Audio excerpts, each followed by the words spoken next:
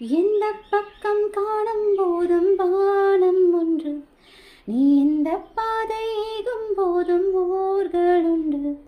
ஒரு காதல் தோல்வி காணும் போதும் காதல் உண்டு. சிறு கருப்பாம்பூச்சி தலை போனாலும் வாழ்வதுண்டு.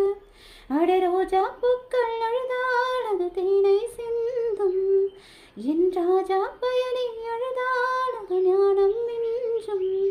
உன் சோகம் ஒரு மேகம், நான் சொன்னால் அது போகும். உன் கண்ணீர் ஏந்தும் கண்ணம் நானாகும். முப்போதுமே இன்பம் என்றால் முன்னேற்றமே இது. எப்போதுமே பகலாய் போனால் வெப்பம் தாங்காது. மனசை செலவை செய்ய ஒரு கண்ணீர் நதிதான் உண்டு. உன் உயிரை செலவை செய்ய ஒரு காதல் நதி உண்டு. உன் சுவாசப்பையை மாற்ற அது சுத்த காற்றை ஏற்ற. நீ இன்னொரு பேரில் இன்னொரு ஊரில் வாழ்ந்த வீடு. சிறு கற்பாம்பூச்சி கூட தலை போனால் வாடும் அப்படிங்கிறாங்க. அதாவது ஒரு குட்டி கற்பாம்பூச்சி இல்லையா, அது தலை இல்லைனா கூடயும் அது வந்து வாழுது. ஸோ அதே மாதிரி எப்போதுமே லைஃப்பில் வந்து ஹாப்பினஸ் மட்டுமே இருக்குது அப்படின்னா அதில் வந்து ஒரு சந்தோஷம் என்ன இருக்கும் சொல்லுங்கள். எப்போதும் சந்தோஷமாக இருக்கவங்க லைஃப்பில் பெருசாக அச்சீவ் பண்ண முடியாது. கஷ்டங்களும் வரவங்க தான் அச்சீவ் பண்ணணும்னு சொல்லி நோக்கி போவாங்க. ஒரு அவமானம் நடக்குதுன்னா அது வந்து சாதிக்கணும் அப்படிங்கிறதுக்கான ஸ்டார்ட்டப்பை வந்து நம்ம எடுத்துக்கணும்.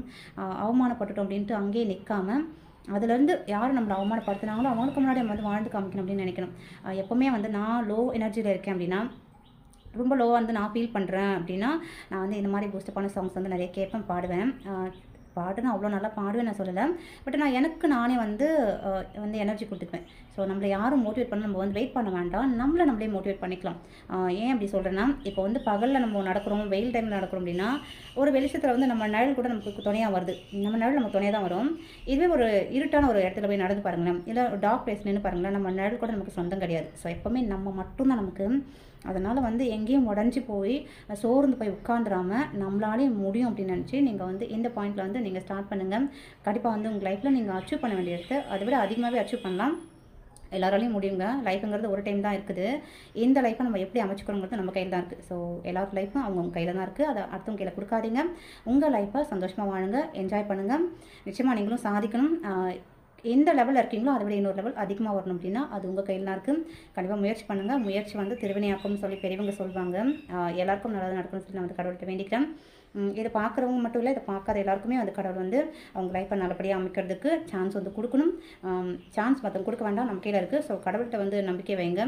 எந்த மதம் இருந்தாலும் ஓகே தான், கடவுள் வந்து நமக்கு துணையாக இருப்பாங்க. இந்த இயற்கை துணையாக இருக்கும், பிரபஞ்சம் துணையாக இருக்கும். ஓகேங்க, பாய்.